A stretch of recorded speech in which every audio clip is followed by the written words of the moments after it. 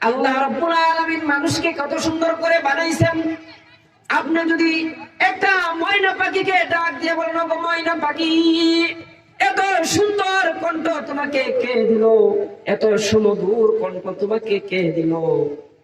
ঋতুরাজ বসন্তকাল যখন আসে তখন বুলবুলিরা গান গায় তাহার মধুর কণ্ঠে।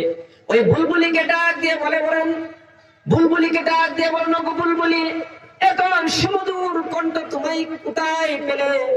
গোলাপ ফুলকে সবাই ভালোবাসে।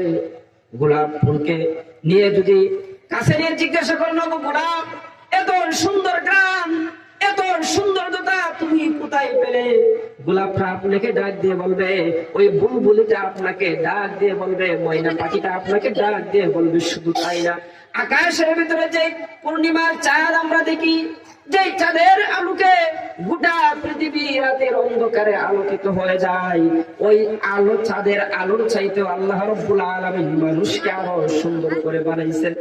বুলবুলিটা ডাক দিয়ে বলে, ওগো মানুষ, ময়না পাখিটা ডাক দিয়ে বলে, ওগো মানুষ, আমাকে যে আল্লাহ এত সুন্দর কণ্ঠ দিছে, এত সুন্দর করে বানাইছে, এটার কোনো প্রমাণ নাই।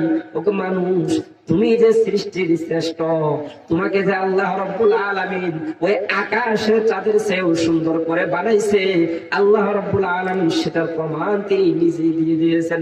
আল্লাহ রাব্বুল আলামিন কালামে পাকের ভিতরে বলেন, লাকাদ খালাকনাল ইনসানা ফি আহসানি তাকওয়িম।